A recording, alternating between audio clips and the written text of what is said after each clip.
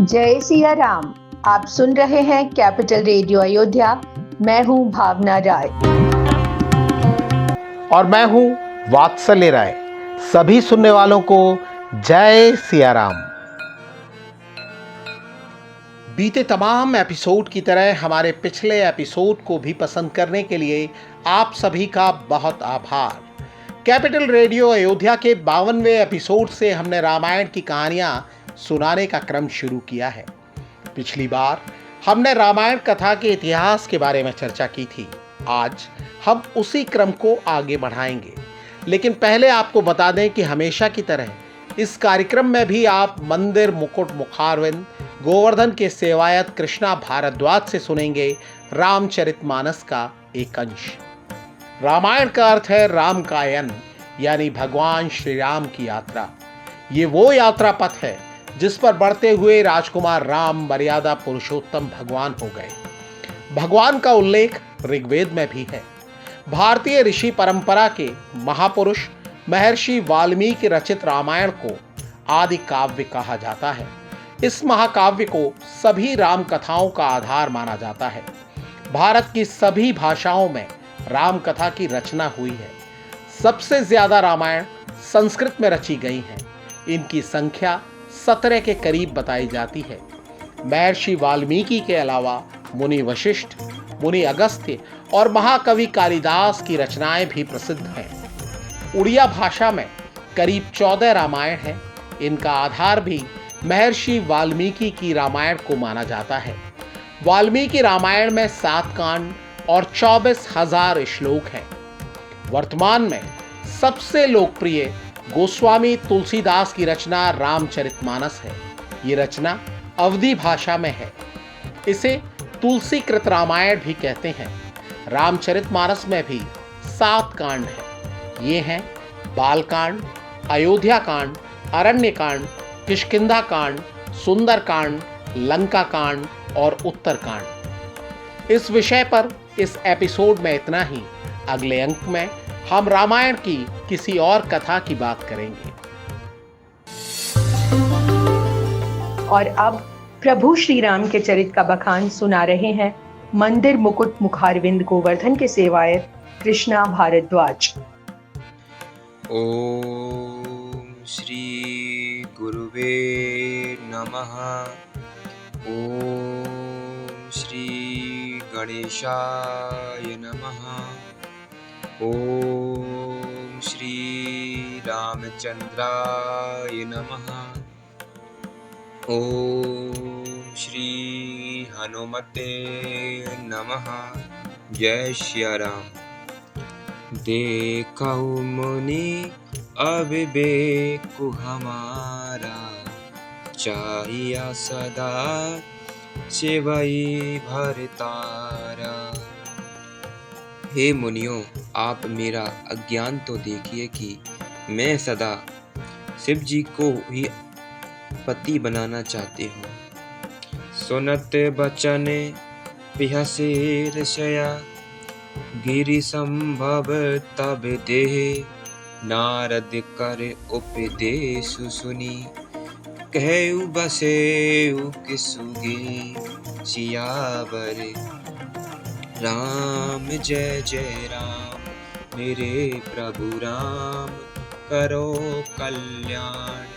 मंगल भवन अमंगल हारी, द्रवहु सुदशरथ अजिर बिहारी। दीन दयाल हृदय समभारी, हरऊ नाथ मम संकट भारी। जय राम जय राम, जय जय राम। सिया राम जय राम, जय जय राम। पार्वती जी की बात सुनते ही ऋषि लोग हंस पड़े और बोले, तुम्हारा शरीर पर्वत से ही तो उत्पन्न हुआ है। भला कहो तो नारद का उपदेश सुनकर आज तक किसी का घर बसा है। दक्ष सुत नेहा उपदेश नहीं जाई, तन्हा फेरी भवनु न देखा आई। चित्र के तू कर घर उन घाला, कनक कशिपु कर पुनि असहाला। उन्होंने जाकर दक्ष के पुत्रों को उपदेश दिया था, जिससे उन्होंने फिर लौटकर घर का मुंह भी नहीं देखा। चित्रकेतु के घर को नारद ने ही चौपट किया, फिर यही हाल हिरण्यकशिपु का हुआ। नारद सिखे जय सुनई नर नारी, अवश्य होई तजी भवनु भिखारी। मन कपटी तन सज्जन चीना, आप सरिस सवई चैकीना। जो स्त्री पुरुष नारद की सीख सुनते हैं, वे घर बार छोड़कर अवश्य ही भिखारी हो जाते हैं।